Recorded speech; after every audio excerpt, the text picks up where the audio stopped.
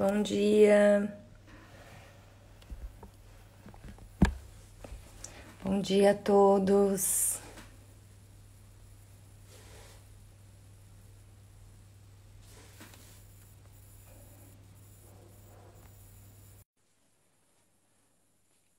Bom dia, Liz. Bom dia, Tuane. Olá, bom dia. Tudo bem? Bom Tudo dia. bom, querida? Bom dia. Tudo jóia? Tudo Estamos jóia. Feliz por estar aqui.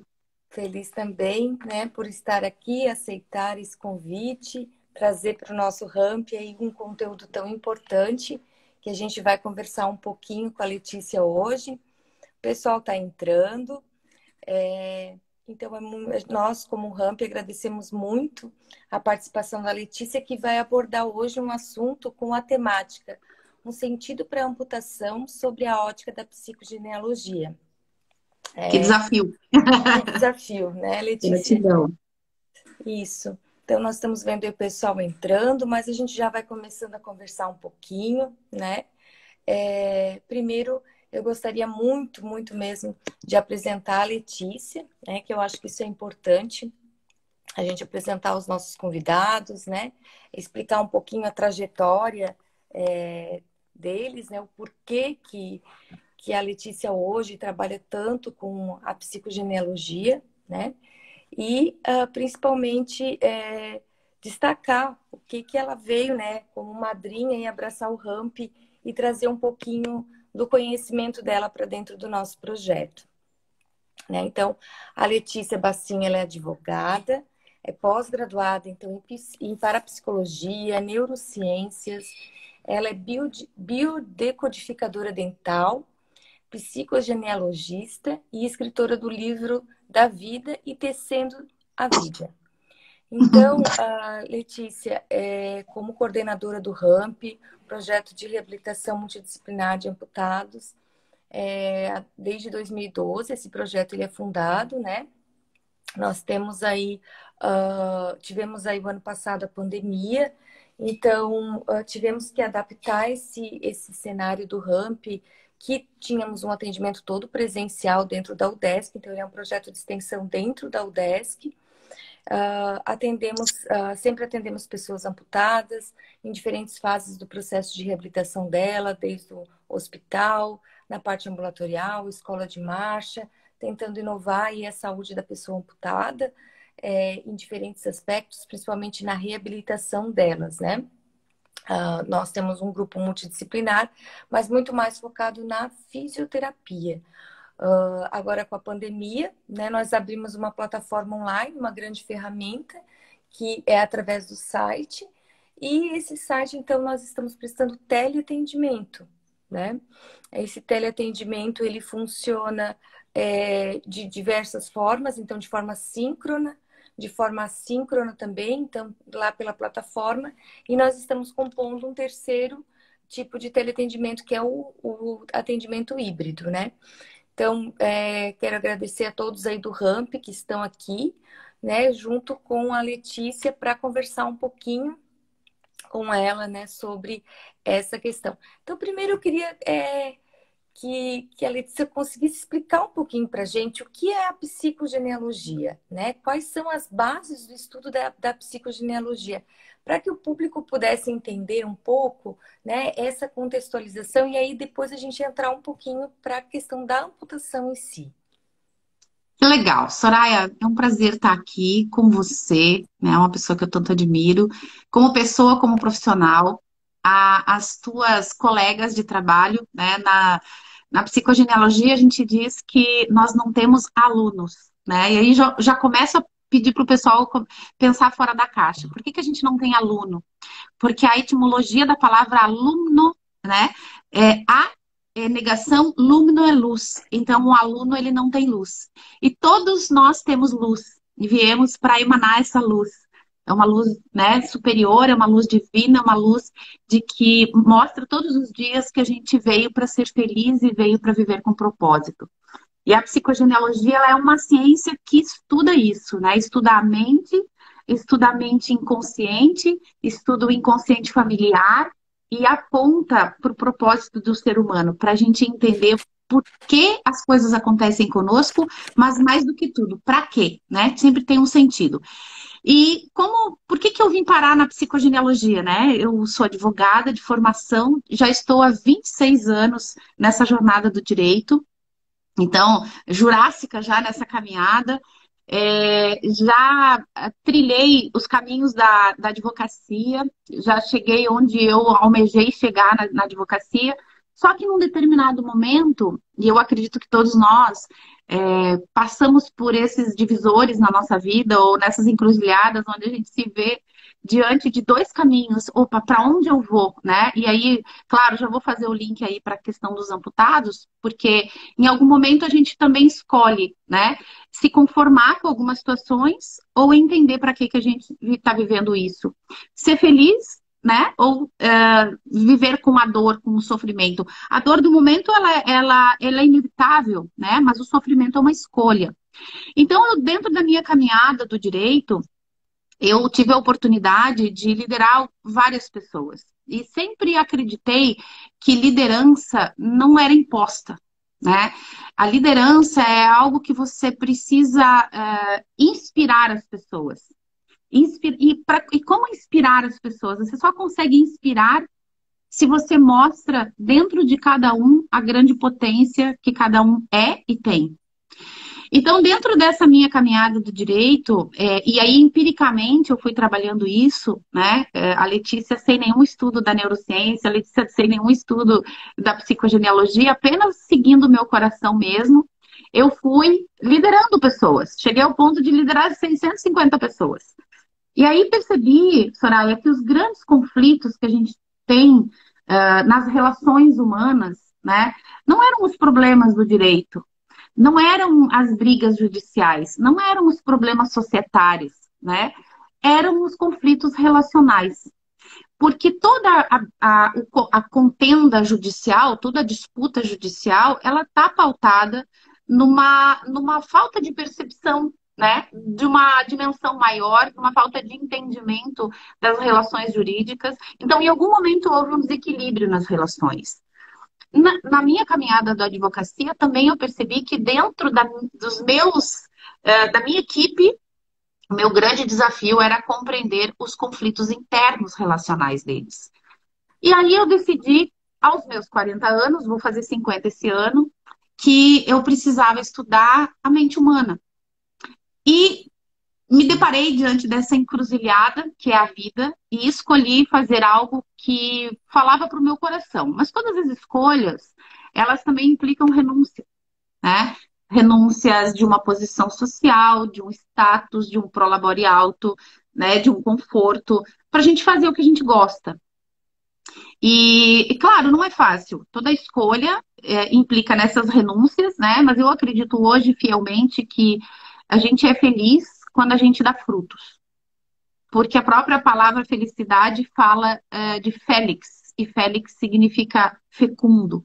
Então, quando nós somos fecundos, nós damos frutos daquilo que viemos né, fazer nesse mundo, nós nos tornamos felizes. Então, a felicidade é um estado de espírito. Bom, e aí, por que eu estou fazendo tudo isso para chegar na psicogenealogia?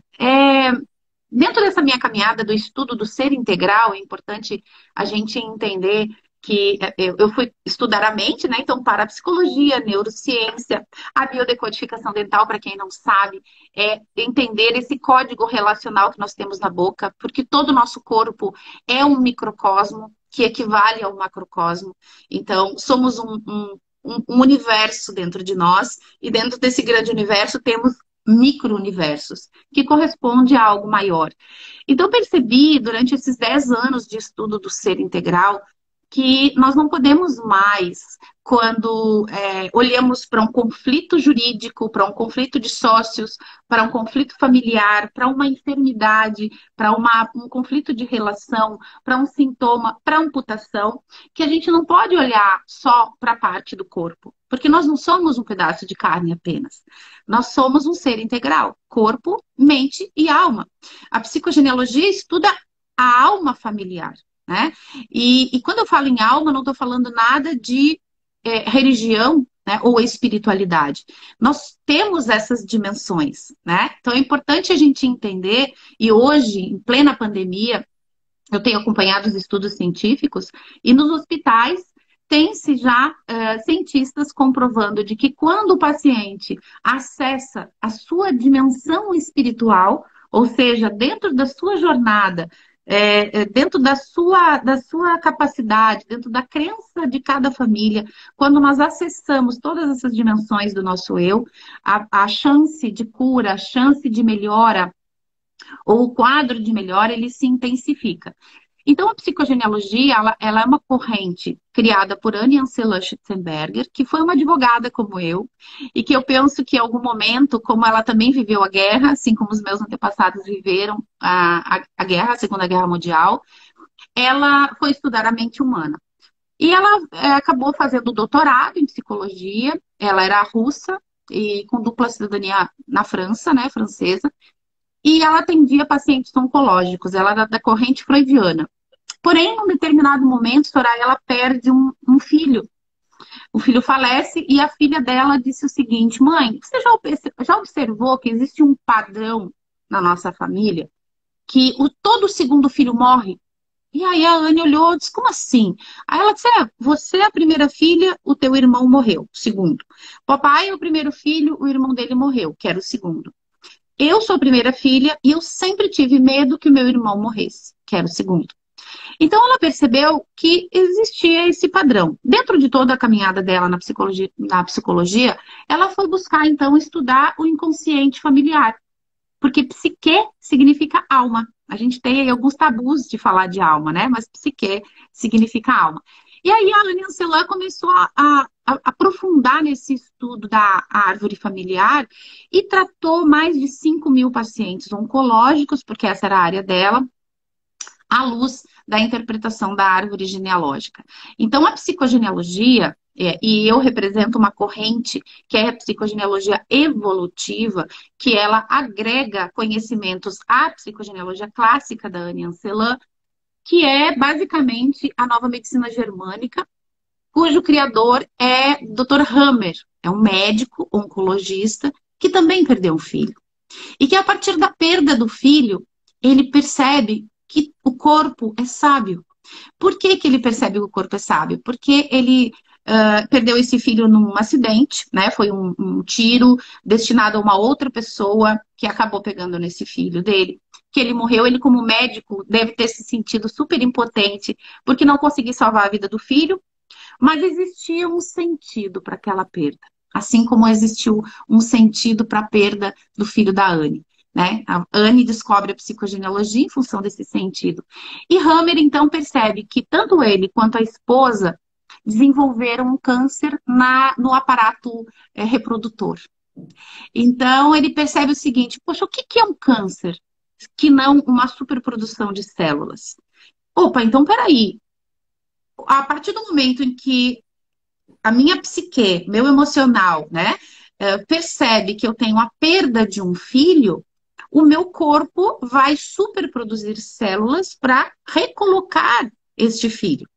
Então, ele percebeu que este câncer no aparato reprodutor, né, que era realmente o órgão responsável por recolocar o filho, tanto nele quanto na mulher, eles desenvolveram esse câncer. E aí ele começa a estudar, então, essa correspondência, né, psique, cérebro, corpo.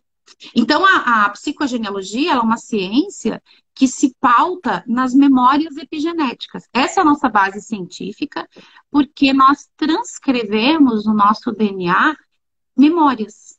Uma boa parte do nosso DNA, cerca de 75%, 80%, é memória, para não dizer mais. E apenas 10%, 15% são informações genéticas. E essas memórias, que há algum tempo atrás, não muito tempo atrás, que eu lembro muito de uma professora dizer que uma boa parte do nosso DNA era lixo. Eu lembro como se fosse hoje, a minha aula, onde a professora diz: não, é que 80% do nosso DNA é lixo. Talvez ela não tenha sabido se expressar, mas aquilo tocou profundamente no meu coração. E eu pensei assim: meu Deus, se existe um Deus maior, que cria essa beleza, que é o corpo humano que a gente estava estudando lá, com essa funcionalidade maravilhosa, como que ele criaria a matriz de um ser humano, cujo 80% dessa matriz é lixo? Não pode ser. Eu lembro que aquilo me causou algum desconforto. E esse desconforto foi providencial, porque hoje, né, ele dá sentido às minhas buscas, ele dá sentido ao meu trabalho, que é descobrir essas memórias que nós carregamos de geração em geração. Então, um pouquinho, né, do que é a psicogenealogia, num breve resumo, vinculando a minha história com um pouco da história da Anne Ancelan, para quem nunca ouviu falar dessa corrente linda. Sim. Então, nossa, eu acho que tem aí toda uma trajetória, né, de estudiosos, de pessoas, e interessante entender que para cada questão, agora nós estamos trabalhando a amputação, se debruçar em cima, né, desse contexto e tentar dar um sentido e entender esse processo, né, considerando as histórias familiares, eu acho que para os pacientes, para cada pessoa, né, que está passando por esse processo, faz um sentido, traz um significado, traz um, um sentido mesmo, né, para o que está acontecendo e até como lidar com o que está acontecendo, né?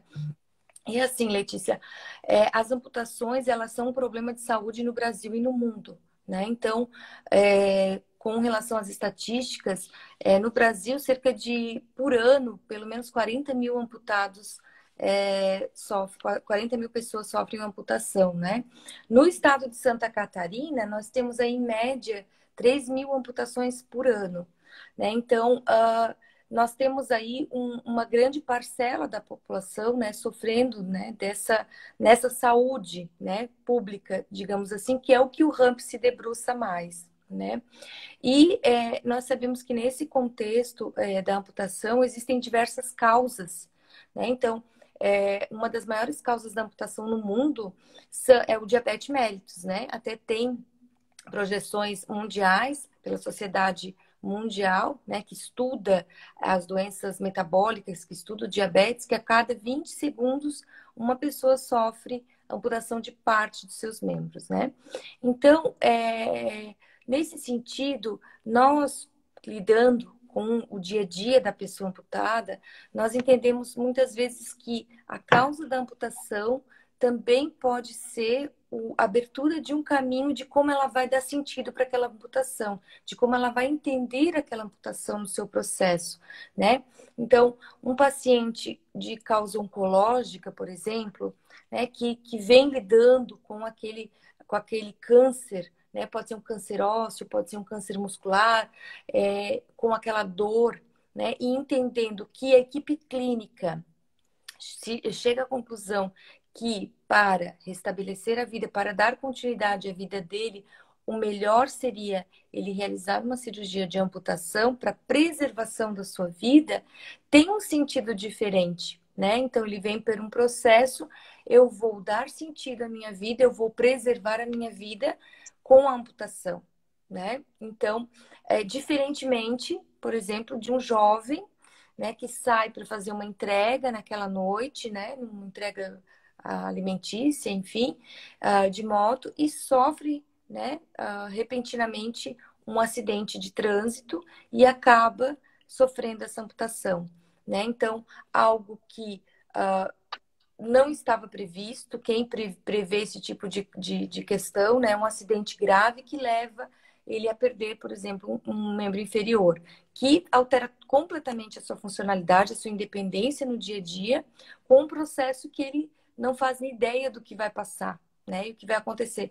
Sendo que nesse acidente pode acontecer de ter outras coisas, outros traumas, né, de politraumas, que venham a impossibilitar ainda mais, de repente, essa funcionalidade dele, como, por exemplo, um traumatismo craniano, algo assim, né? Então, esses são algumas questões, assim como idosos, né? De repente já passaram toda a sua vida, né? Lá depois dos 70 anos, enfim, até antes, né?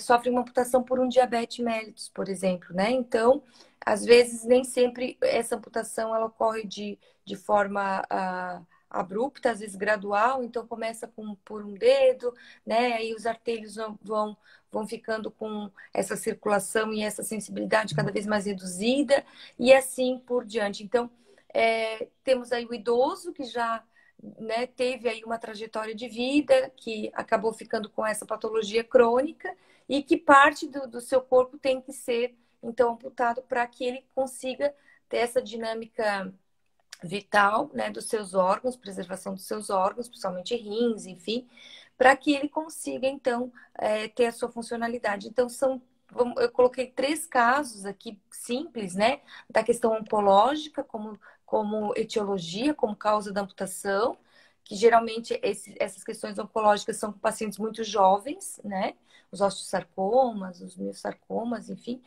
a questão de um acidente, né, de um acidente de trânsito, e um idoso que já tem aí uma doença crônica, né? Então, dar sentido a essa amputação, como que a psicogenealogia, então, abordaria uma enfermidade, uma amputação?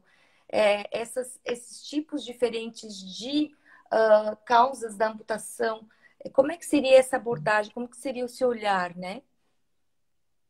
Legal. Bom, primeiro é importante a gente entender que nós não somos amputados emocionais e que nós não somos amputados espirituais.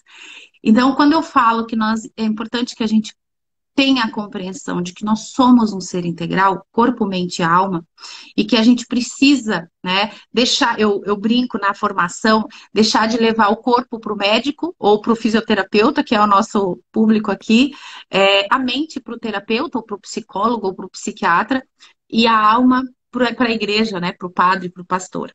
Nós, enquanto nova geração, novo mundo, profissionais mais completos, né, de um futuro melhor para a humanidade, precisamos, em qualquer área, entender a mente humana. Por quê? Já está mais do que comprovado cientificamente que a mente, né, move a matéria, que tudo aquilo que nós carregamos dentro de nós atrai o nosso entorno. E que as enfermidades nada mais são do que um reflexo daquilo que nós pensamos, agimos e acreditamos ser.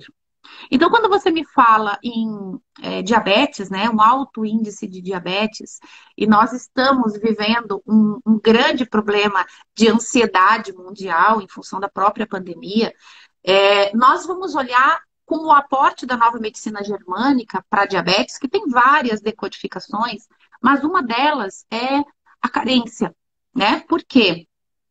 Porque quando nós olhamos para o diabetes, percebemos diretamente algo vinculado ao açúcar, né? E a gente tem um ditado que diz assim, todo excesso esconde uma falta. Então, quando estamos enfermos, estamos em desequilíbrio. Quando você me fala em alguém com diabetes, eu vou olhar no transgeracional. Quando eu falo em transgeracional, é aquilo que atravessa uma geração. Nós olhamos 3, 4 gerações, aonde houve uma carência afetiva. Que esta pessoa está conectada com essa informação. É importante dizer que quando a gente fala de psicogenealogia, quando a gente fala de memória epigenética, tudo aquilo que os nossos antepassados viveram está em nós. E se está em nós, a nossa mente atrai oportunidades de ressignificar a dor. Nós trabalhamos muito com o conceito da homeostase. Então, o que é a homeostase? E eu imagino que vocês trabalham com essa homeostase do corpo, né? Buscar um novo equilíbrio corporal. Nós trabalhamos com uma homeostase do sistema familiar e do indivíduo também. Então, nós não viemos para um determinado sistema familiar por acaso. Nós temos um sentido pelo qual estarmos nesse sistema, que é buscar um novo significado para algumas dores vividas ali. Então, a psicogenealogia percebe estes vínculos.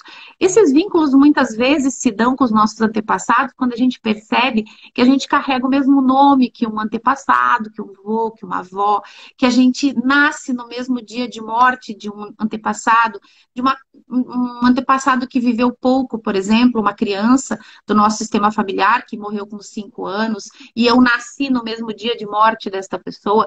O nosso inconsciente guarda esses registros traumáticos. Isso é memória epigenética. E a ciência, então, já comprovou que nossa mente é energia.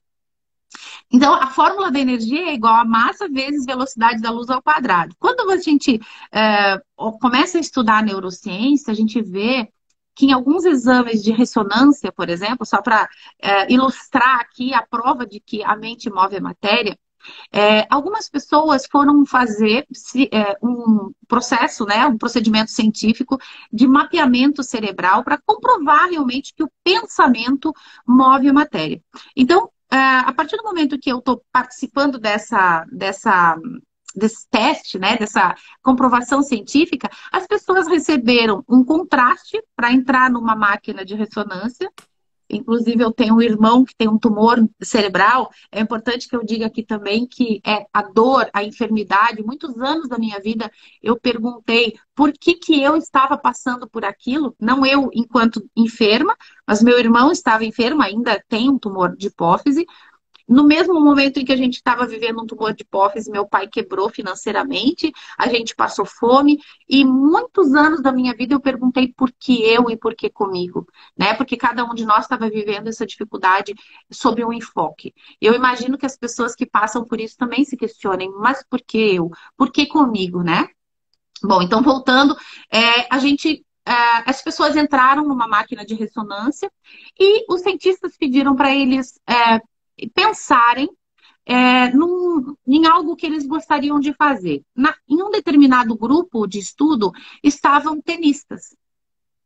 E esses tenistas, quando entraram na máquina, foram orientados a visualizar, imaginar uma partida de tênis. E os cientistas perceberam que uma determinada área do cérebro se iluminava, porque havia um contraste. Todos os outros tenistas que entraram nessa máquina de ressonância tiveram a mesma área do cérebro mapeada. Enquanto que outras pessoas, por exemplo, alguém que gostava de surfar, uma outra área do cérebro era mapeada quando ele pensava que estava surfando ou dando aula, enfim.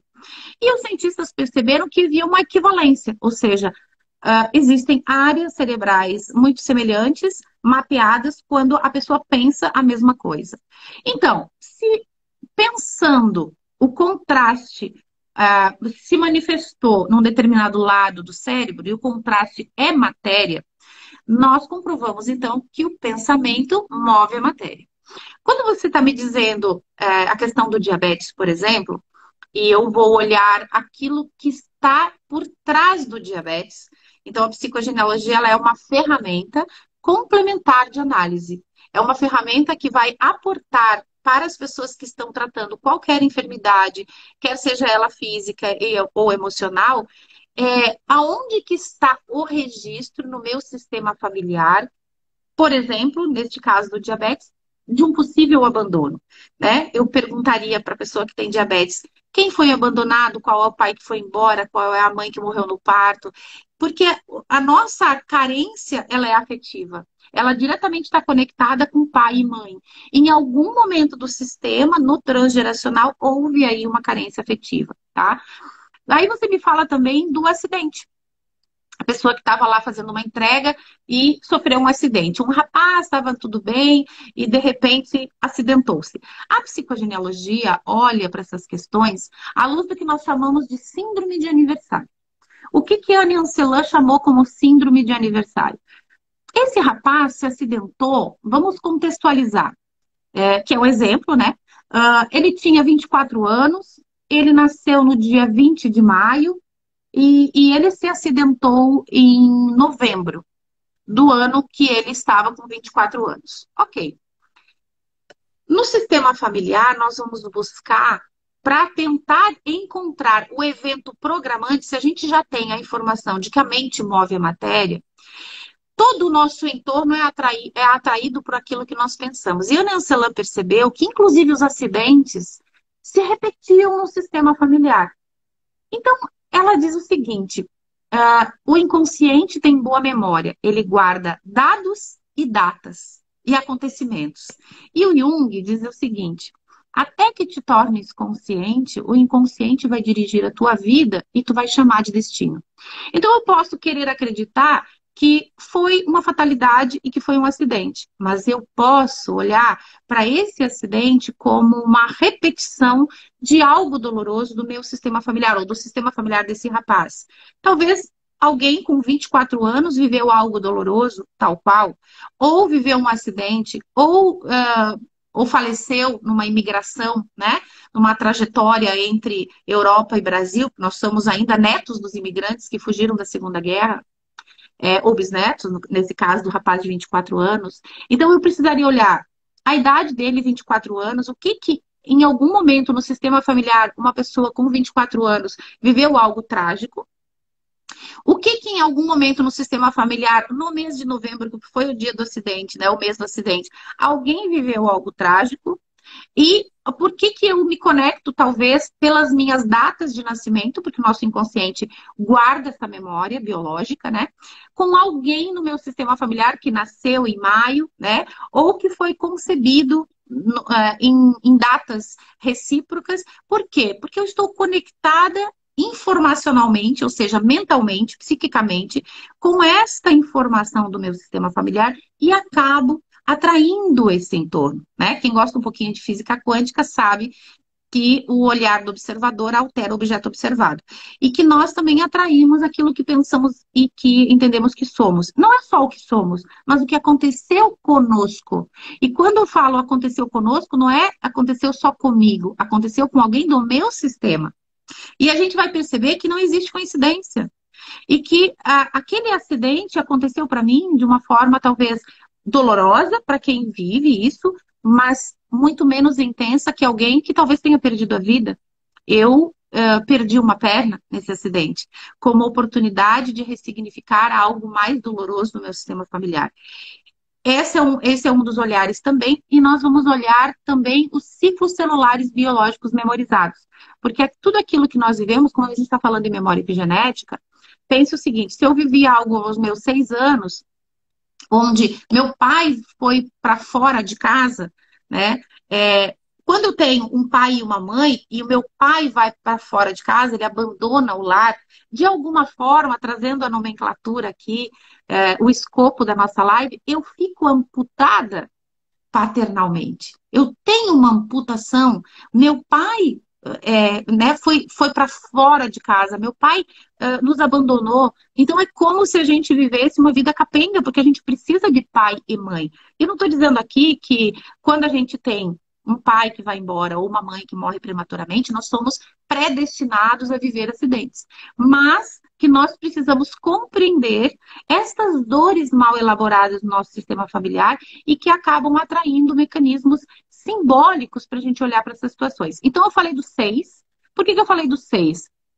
Porque nós vamos viver ciclos. Então, essa pessoa que viveu uma amputação, trazendo aqui um olhar simbólico para a minha relação parental, familiar, meu pai foi embora, eu poderia olhar o que ele viveu aos 12, o que ele viveu aos 18, e aí, aos 24, ele tem uma perna amputada. Então, a gente vai sempre procurar na psicogenealogia o evento programante. E o evento programante, muitas vezes, está no transgeracional. E o desencadeante é o acidente, ou é a amputação, né? Então, e a questão do idoso, quando você traz essa questão do idoso, né? A gente vê muito isso, principalmente agora, nesse momento da pandemia, onde a gente teve que muitas famílias tiveram que se manter distantes dos idosos, preservando a vida, mas nós somos seres gregários. Nós somos seres que necessitamos o convívio. Nós somos seres que necessitamos pertencer. Nós precisamos estar em contato com os nossos, porque nós somos seres emocionais. E um idoso, a gente percebe isso muito no Brasil, e nós temos uma amiga em comum, que é a Cíntia, que eles têm um aplicativo, que é o Nono. O Nono é um cuidador de idosos, né? Um aplicativo para cuidar de idosos.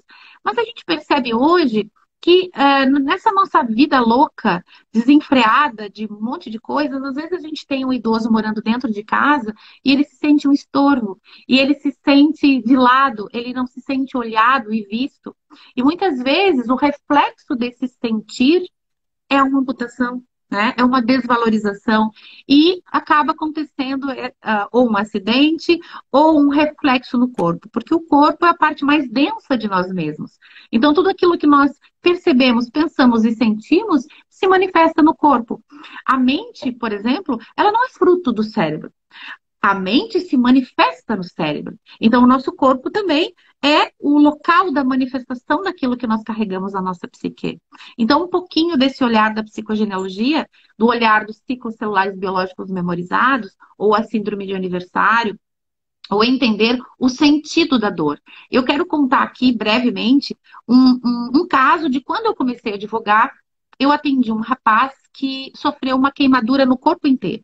Ele tinha 26 anos, ele era pedreiro, ele estava esquentando a comida dele num fogareiro, bem normal em obra, né? E ele tinha uma latinha de comida e eles botavam álcool, né? Como o álcool, quando está incandescente, às vezes você não enxerga a cor. Ele não enxergou a cor, botou mais álcool, aquele álcool explodiu e queimou o corpo dele. Ele teve 70% do corpo queimado, um rapaz de 26 anos. Logo no início da minha caminhada de advocacia, eu fui atender esse rapaz em casa. E não sei se, né, imagino que tu saibas, né, que o tratamento de queimado é algo muito doloroso. Precisa raspar todo o corpo, toda aquela pele, para que uma nova pele apareça. E aí eu entrei com uma ação judicial contra a empresa por indenização material, porque afinal de contas foi um acidente de trabalho, e para que a empresa pagasse as verbas rescisórias dele. E muitas vezes eu fui na casa desse rapaz, que estava todo enfaixado, um cheiro muito forte de couro queimado, assim, um cheiro muito forte de queimados, né? E até o momento que a gente conseguiu fazer com que esse rapaz recebesse as verbas rescisórias, ele restabeleceu a vida dele, mas o processo indenizatório, como é comum na justiça, ele foi muito longo. E passaram-se uns 3 anos, esse rapaz aparece lá no escritório. Imaginava eu, sempre mandava informações do andamento do processo, que ele queria saber como é que estava o processo. Ele chegou para mim e disse assim: Letícia, eu vim para pedir para você cancelar o processo. Eu não quero mais, desista do processo, eu não quero mais essa indenização. Eu disse: por que que você não quer mais a indenização, né? Porque afinal de contas foi um acidente de trabalho, a empresa deveria disponibilizar um refeitório adequado, afinal de contas, vocês eram N profissionais, enfim, toda aquela argumentação de advogado. Ele disse: não, sabe por quê? Em função da minha enfermidade, né, desse acidente que aconteceu, eu descobri muita coisa de mim. Eu descobri a pessoa que eu amo hoje, que é mãe do meu filho, né? Hoje eu sou pai. Em função dessa queimadura, e ele ficou com o corpo completamente modificado, né? Em função dessa queimadura, eu olhei para a minha parte espiritual, né? Eu tenho uma caminhada religiosa, X. Eu me tornei uma pessoa muito melhor do que eu era. Então, ao invés de eu olhar para esse acidente como algo que tirou a minha beleza física, ou mudou a minha aparência física ou corporal, eu olho para essa enfermidade como algo que transformou a minha vida. Hoje eu sou um ser humano melhor. E esse é o sentido do para que as coisas nos acontecem. E aquela foi a primeira, talvez uma das primeiras grandes lições da minha vida em relação ao sentido, foi desse rapaz, né? Que perdeu a sua aparência física, que teve o seu corpo incapacitado, né? Não incapacitado no sentido dos movimentos, porque ele restabeleceu. Mas essa questão da imagem, do rosto, completamente desfigurado, né? Mas ele encontrou um sentido naquilo tudo, ele encontrou uma essência maior do que a própria aparência física. Então, esse é um grande aprendizado que eu carrego para mim, para a vida, e para ajudar as pessoas a entender o porquê que as coisas nos acontecem. Sim. Então, dar esse sentido, né? Dar um sentido para esse ocorrido, no caso aqui, para essa amputação. E como dá sentido, então, para a dor? Para uma dor, não só a dor física, né? Essa dor que a gente pode contextualizar, que é uma dor do ocorrido, e a gente sabe que no processo físico da amputação existem determinadas fases, né? E essa dor ela se perpetua muito forte ali naquela questão do luto, né? Porque tem o luto da amputação, então é uma das fases da psique, digamos assim, né? Que o paciente passa, e essa questão de dar um sentido, de entender, né? Daquilo fazer digamos, uma reprogramação da sua vida que vai mudar as suas atividades de vida diária, vai mudar o seu contexto familiar, mas depende muito mais dessa força interna, né? Eu posso ficar uma pessoa completamente dependente, né, da família, ou eu posso fazer esse sentido como essa pessoa que sofreu essa queimadura extrema e ressignificar, né? Olhar para minha família, olhar para quem eu sou, o que que eu posso fazer e dessa forma. Então, assim, como dar sentido a essa dor, né? Eu acho que essa dor, primeiro, do ocorrido, né? E aí depois a gente pode falar um pouquinho da dor fantasma também. Legal. Bom, é bem importante isso que tu nos trazes da questão das fases do luto, né? Na psicogenealogia a gente trabalha as fases do luto. E algumas correntes, inclusive a pioneira nas fases do luto foi Elizabeth Cross, que escreveu um livro muito bonito chamado A Roda da Vida, se não me engano. Ela foi uma profissional, uma psiquiatra, uma psicóloga, eu acho que não psiquiatra, que trabalhou muito essas fases. E dentro dessas fases a gente encontra, primeiro, a negação, quer dizer, eu não acredito que isso aconteceu comigo, eu não quero olhar para isso, né? Isso não pode ter acontecido comigo. Depois a gente tem a rejeição, né? Ou o questionamento interior, o que que eu não fiz para que isso tivesse acontecido? Por que que eu não olhei para os lados para perceber que talvez vinha um carro na contramão e que talvez poderia ter me atropelado? O que que uma mãe se questiona no acidente do filho, o que que ela não fez? Ontem mesmo uma amiga minha me ligou dizendo que uma grande amiga dela ontem acabava de perder um filho, e aqui chama a atenção de que eu não acredito na perda da vida, eu acho que é contínua, né? Tem um contínuo da vida e que a morte apenas é um portal, uma passagem de uma existência maior. Mas ela me dizia, né, Letícia, como encontrar um sentido para essa enfermidade? Como encontrar um ressignificado para isso que a gente, num determinado momento, quer negar? Né? Por que que eu, mãe, não ajudei o meu filho? Onde eu falhei? O que que eu poderia ter aportado mais? Né? E entra esse questionamento do looping, né? Da culpa, muitas vezes. O que que eu estou fazendo que talvez eu não tenha me percebido do meu entorno? Porque é tão óbvio, depois que a gente começa a perceber à luz da árvore genealógica, que nós vivemos um ciclo de repetição que em algum momento a gente diz, poxa, por que que eu não olhei para isso antes? Até as enfermidades infantis, por exemplo, elas são um sinalizador. Por quê? Porque uma criança até os 7 anos, ela é um reflexo do transgeracional. Por quê? Porque ela está conectada, a frequência vibracional da onda cerebral é mais baixa. É teta, né? Uma criança pequena, ela fica em teta quase 100% do tempo.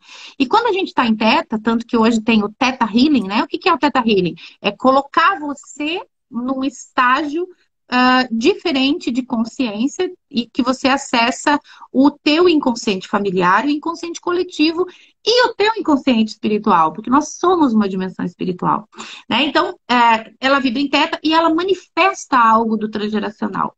E muitas vezes as mães se questionam, onde eu falhei? Por que que o meu filho adoeceu? Por que que o meu filho foi amputado? Né? E entra aí esses processos de negação e de culpa da pessoa ou da família, do entorno, né? Depois a gente tem o estágio da depressão profunda, né? Que é o profundo da dor. E é muito importante a gente entender que esses ciclos são necessários.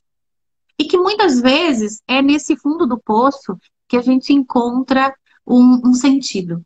Que é desse fundo do poço que a gente não tem mais para onde ir, que a gente encontra um impulsionamento, que alguma alma bondosa nos dá a mão e a gente percebe que a vida nos reserva algo maior, que eu posso fazer algo muito bom com aquilo que me aconteceu. Né? Exemplo disso, tem aí minha sócia na escola Liz, que é a Catiúcia Vilela.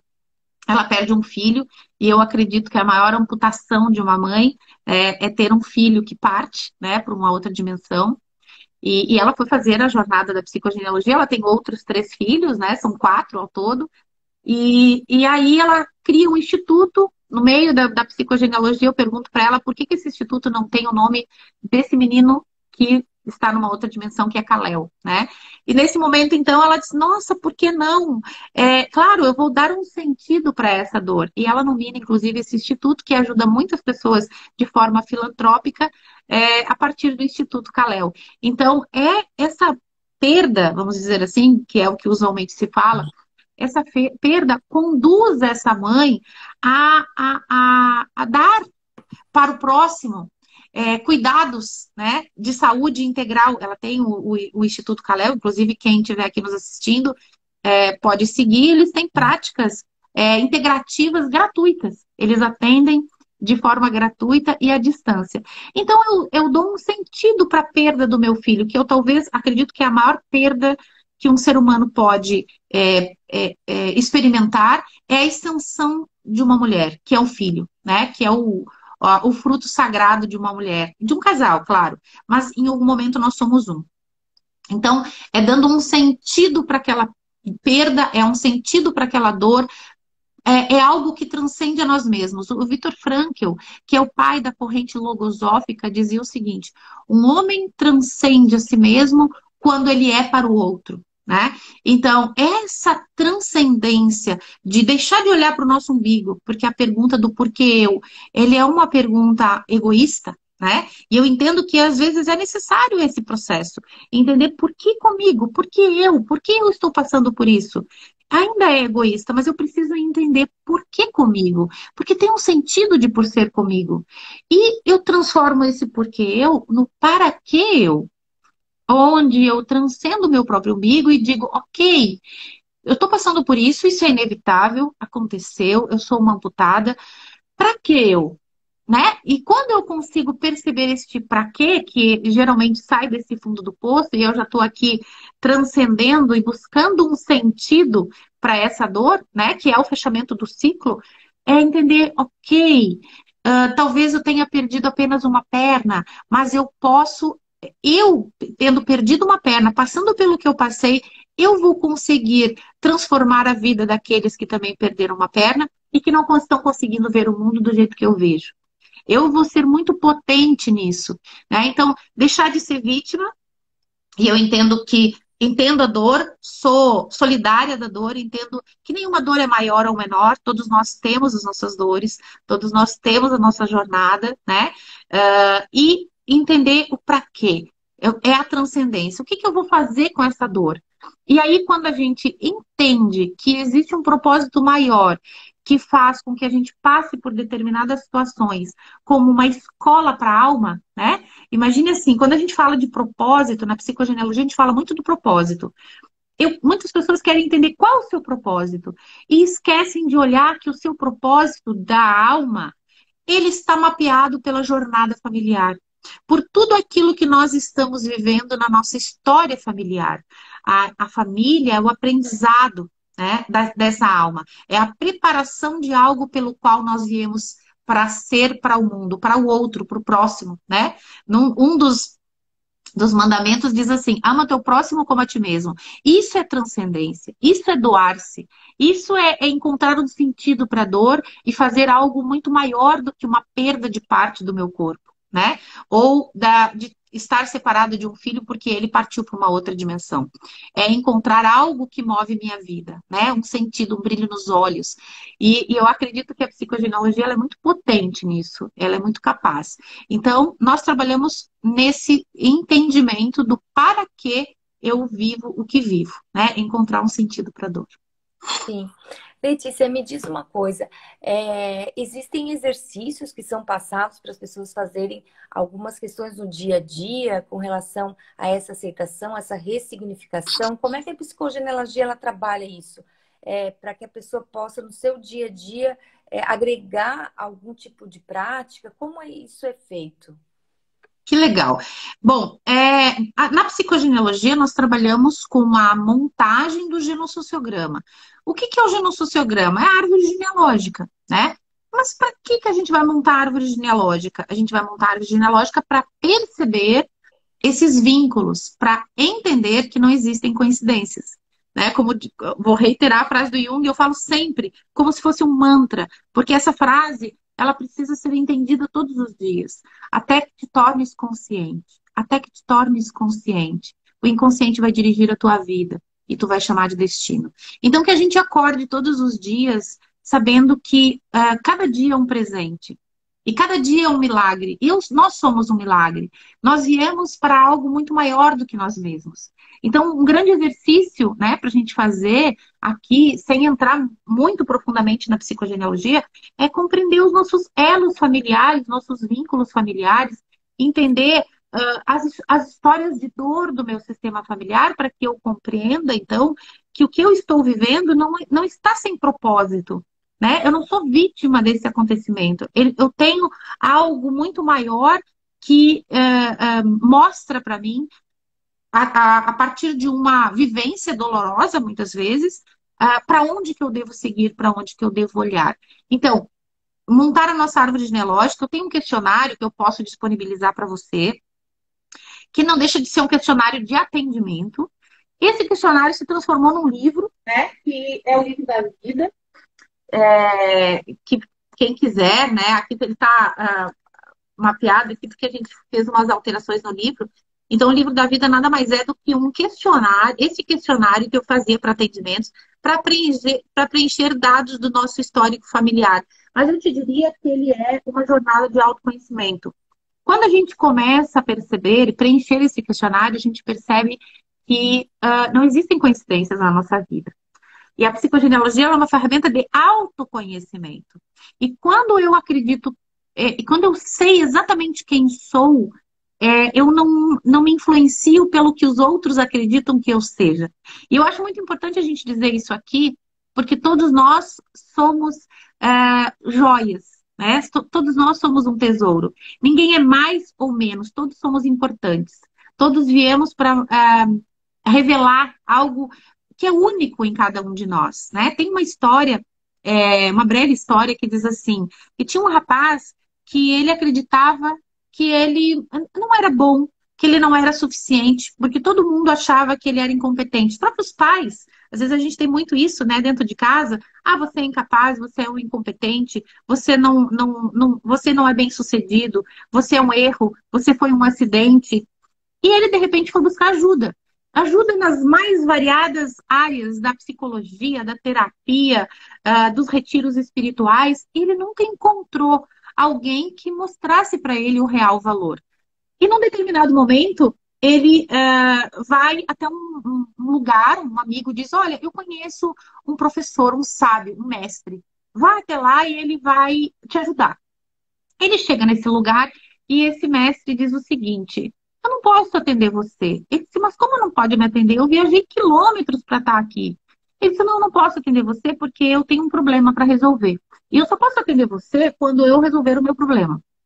Aí o rapaz disse assim, bom, ok. Então, já que eu fiz toda uma viagem até aqui, eu vim a cavalo, esse lugar é distante, que problema é esse seu que eu vou te ajudar a resolver? E aí ele disse assim, não, eu preciso vender esse anel. Esse anel, ele vale pelo menos 4 moedas de ouro. E o rapaz, ok, então se eu te ajudar a vender o anel, você me ajuda com o meu problema? Ah, eu te ajudo. Então esse rapaz foi para a cidadezinha mais próxima, ficou lá na rua e disse, vendo o anel maravilhoso e tal. E as pessoas olhavam aquilo e diziam assim, ah, eu te ofereço 50 cents. Ele disse, não, 50 cents não, ele vale 4 moedas de ouro. Não, isso não vale nada, você tá maluco. Ele voltou no final do dia decepcionado para o mestre e disse, olha, mestre, as pessoas dizem que esse anel não vale nada. E o mestre disse, ok, você vai procurar, então, numa cidadezinha próxima, já que você está a cavalo, existe uma pessoa que é especialista em anéis. Vá até lá, mas você está proibido de vender para ele. Eu só preciso que ele diga quanto esse anel vale. Você está proibido de vender. No final do dia, o rapaz pega, então, o seu cavalinho e vai até uma aldeia próxima. Chegando lá, ele encontra esse senhor e diz, eu vim aqui para saber quanto o senhor acha que esse anel vale. O senhor olha, pega lá uma lupa, analisa o anel e diz, nossa, você venderia esse anel? Ele disse, não, eu só vim para avaliar esse anel. Mas veja, eu lhe daria 50 moedas de ouro por esse anel. E o rapaz, 50 moedas de ouro? Ele disse, se você me deixasse aqui uma semana, eu tenho certeza que eu venderia ele por 100 moedas de ouro. E o rapaz disse, não, mas eu não tenho autorização de vender, mas eu volto amanhã. Ele pensou, bom, vou falar com o dono do anel, porque a partir do momento que eu saí de lá, ele disse que eu não podia vender o anel. Chegando lá, ele diz pro dono do anel, olha só, Ele disse que esse anel vale 50 moedas de ouro. Queria ficar com o anel. E, na verdade, ele disse que se ele ficasse mais uma semana, ele conseguiria vender o anel por 100 moedas de ouro. E aí o sábio disse para o rapaz, viu só?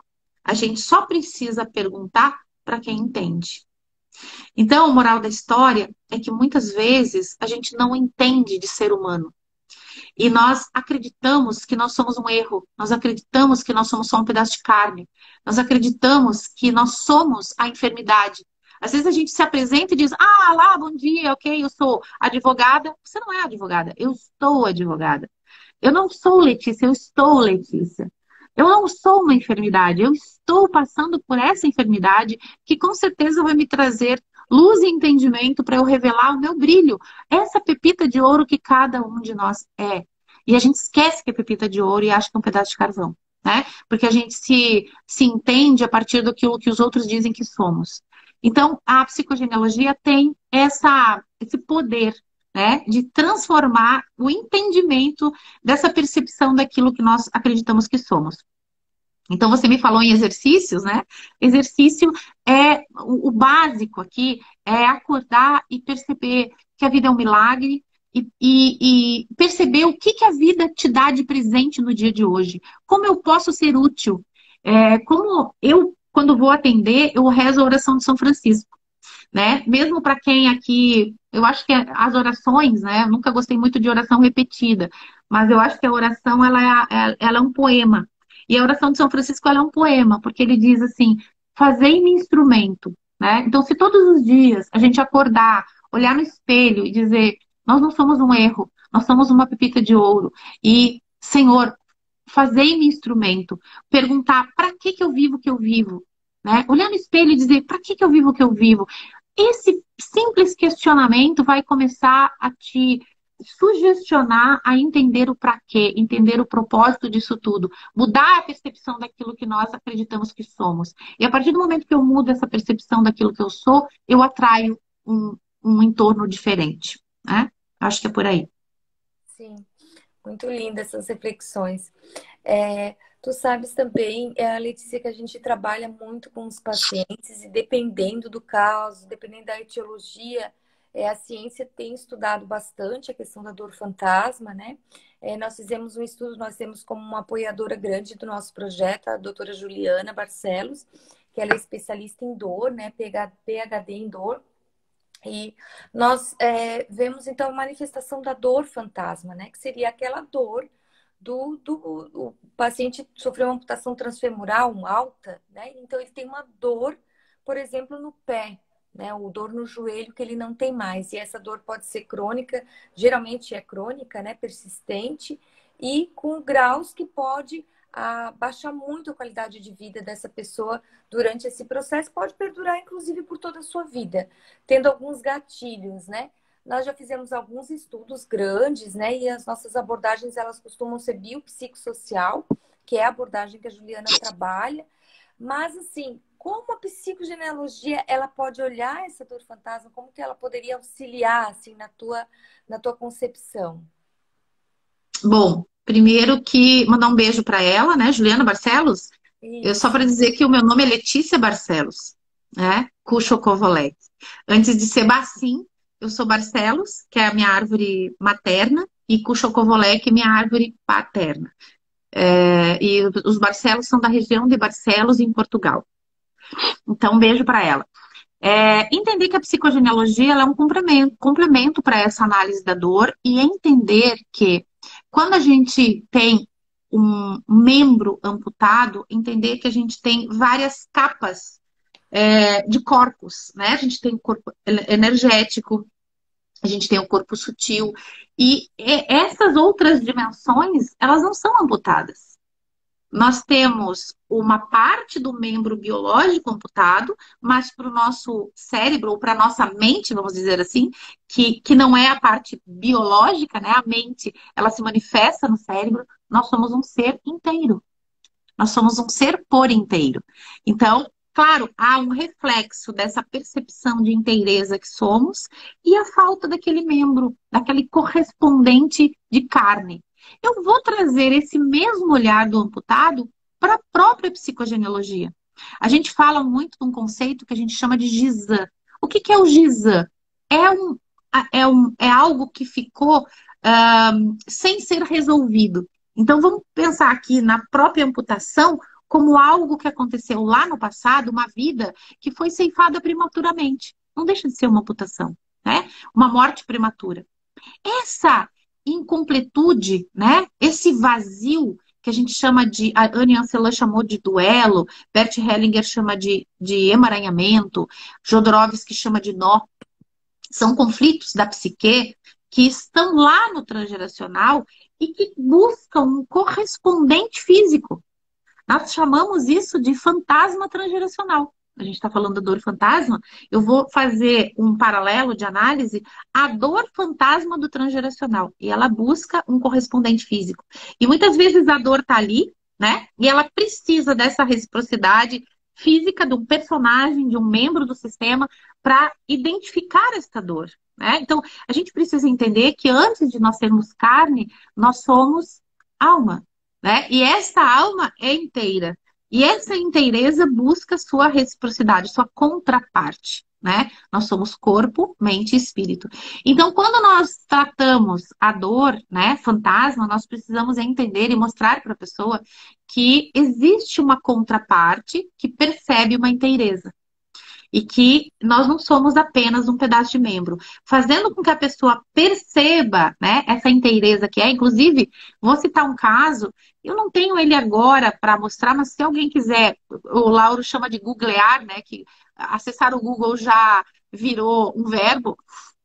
Quando eu estava fazendo parapsicologia, o professor Pedro Grisa, que é o fundador da parapsicologia clínica, ele citou o caso de uma menina que brincava com lagartixas. E a gente sabe que a lagartixa, quando ela perde o rabo, volta a nascer o rabo, né? E aí o que acontece? A menina brincava com a lagartixa, via que a lagartixa perdia o rabo e o rabinho voltava a nascer. E num determinado momento, essa menina perdeu o braço. Só que na cabeça dela, isso voltaria a crescer, porque era uma realidade para ela. Ela não tinha dúvida que isso aconteceria. E foi um caso de que o braço voltou a crescer, né? Então, veja, mais um exemplo de que a mente move a matéria, né?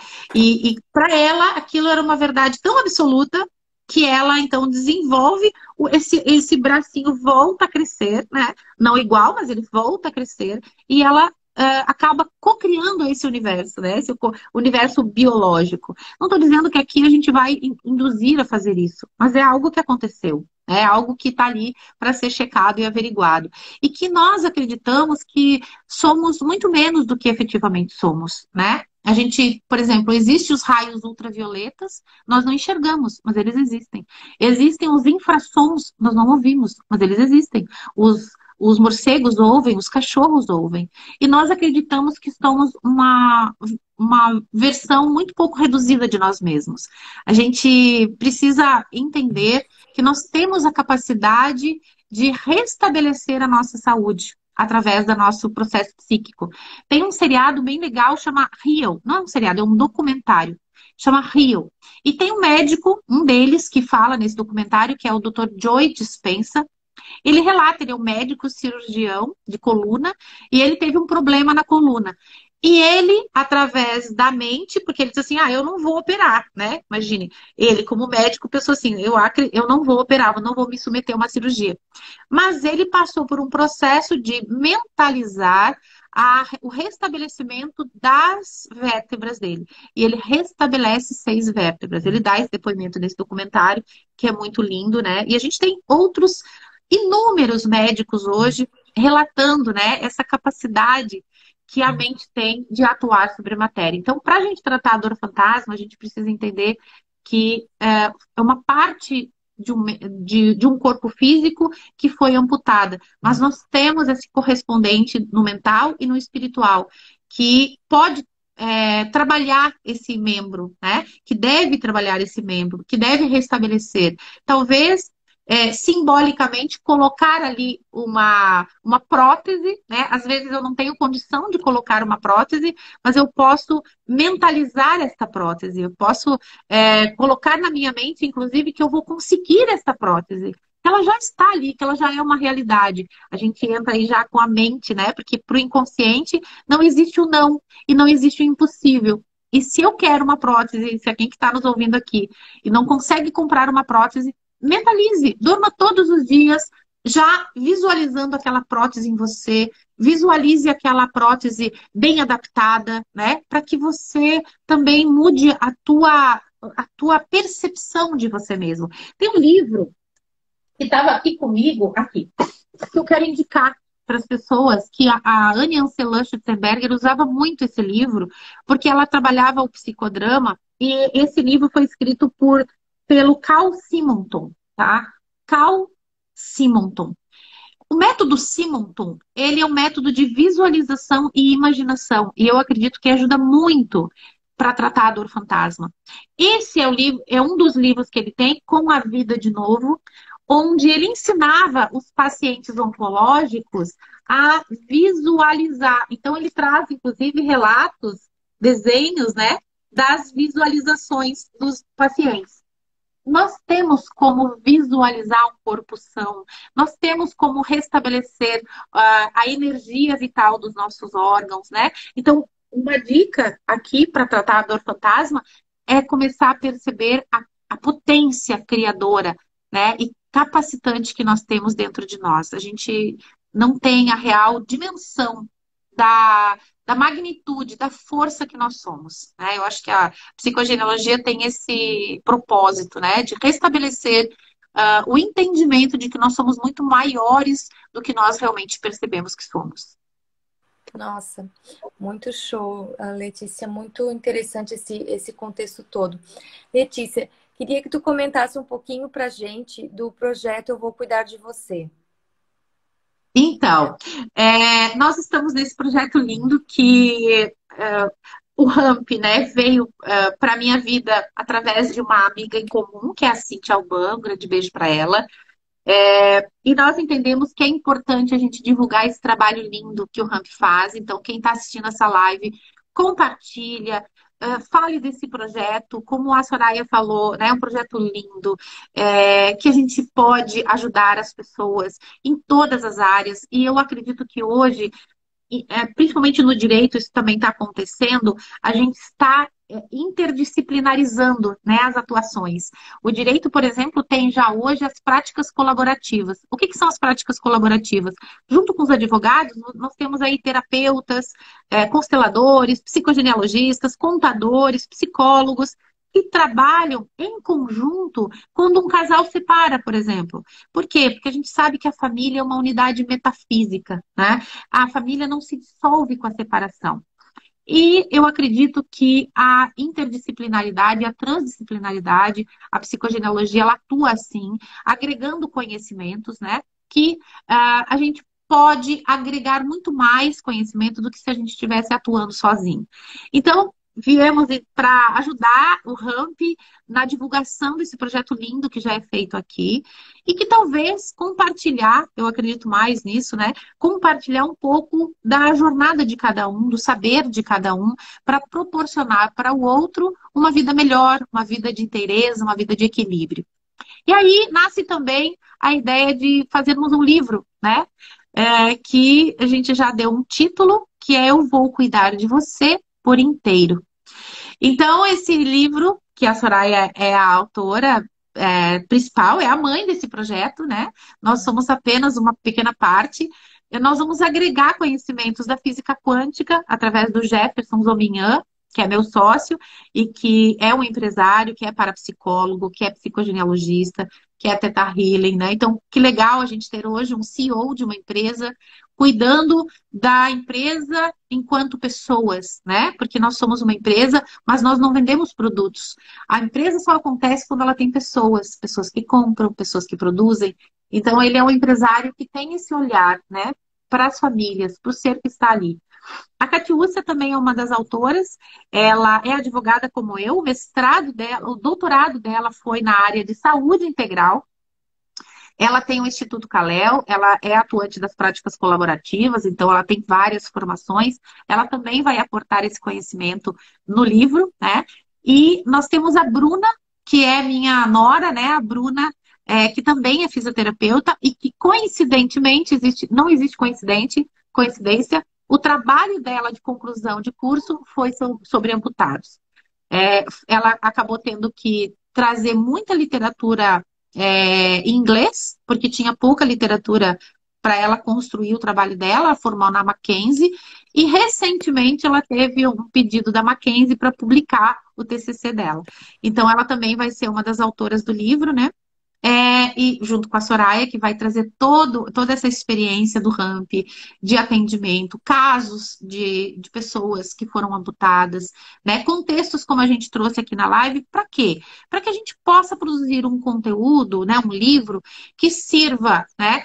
Para o indivíduo, que o indivíduo possa falar para ele mesmo ou para o membro dele, eu vou cuidar de você por inteiro, né? Que bonito quando uma pessoa que está amputada pode dizer para ela mesma, eu vou cuidar de você por inteiro, porque nós somos inteiros.